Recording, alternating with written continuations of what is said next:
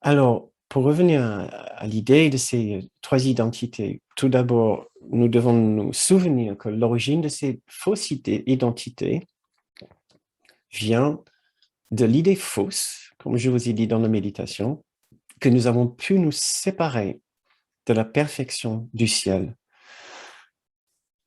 L'identité séparée est une idée qu'il est possible d'avoir une existence à part de l'amour, à la part de la complétude, à part de la perfection. Maintenant, nous pensons avoir accompli une identité qui est le non-amour, la non-perfection et la non-complétude. Et cette idée-là, cette existence de non-amour, non-complétude, non-perfection est une existence d'agressivité, de haine, de mal-être, de culpabilité et de manque. Il y a tous les ingrédients pour produire un monstre. Voilà. Ce monstre, c'est nous, collectivement, dans le rêve de la séparation.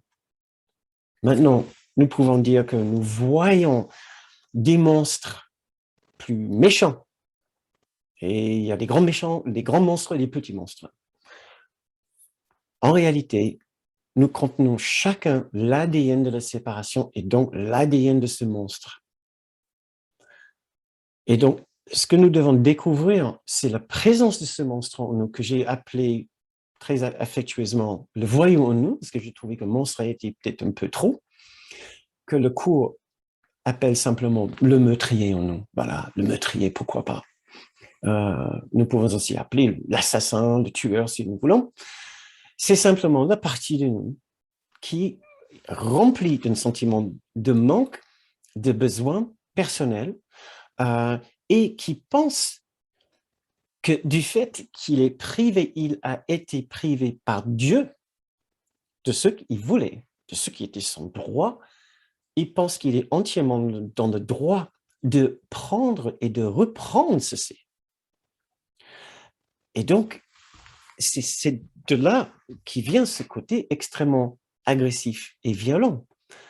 Le côté voyou en nous ne voit pas un problème à prendre pour satisfaire ses besoins. Il sait qu'il ne peut pas toujours faire comme il veut, franchement, directement. C'est pour ça qu'il a développé toutes ces stratégies de manipulation et pour charmer. Ça, c'est la phase de l'innocence dont nous avons parlé. Lui, il est innocent, tout innocent, mais en dessous, il y a effectivement cette espèce de monstre. Et malgré les années de pratique, il est tout à fait possible que les étudiants du cours estiment encore mal cet aspect d'eux-mêmes. Parce qu'il peut se déguiser extrêmement, extrêmement bien. Nous pouvons adopter tout à fait l'apparence de quelqu'un qui est très sain. Nous pouvons être même très bienveillants envers les autres, tout en gardant toujours une bonne partie de ce petit monstre en nous. Première petite visualisation, première petite question pour essayer de nous rendre plus conscients du contraste entre l'ego, ce petit monstre, et le Christ en nous. Je vous pose la question, comment serait-elle la vie s'il ne restait plus aucune trace de l'ego et de la séparation en vous? Comment serait-elle votre vie, votre perception, votre expérience de la vie, s'il ne restait plus aucune trace de l'ego et de la séparation en vous? Et si vous aimez, si vous voulez bien participer avec nous ce soir, vous pouvez ouvrir le fenêtre de chat et vous pouvez mettre votre vos réponses dans le fil de chat.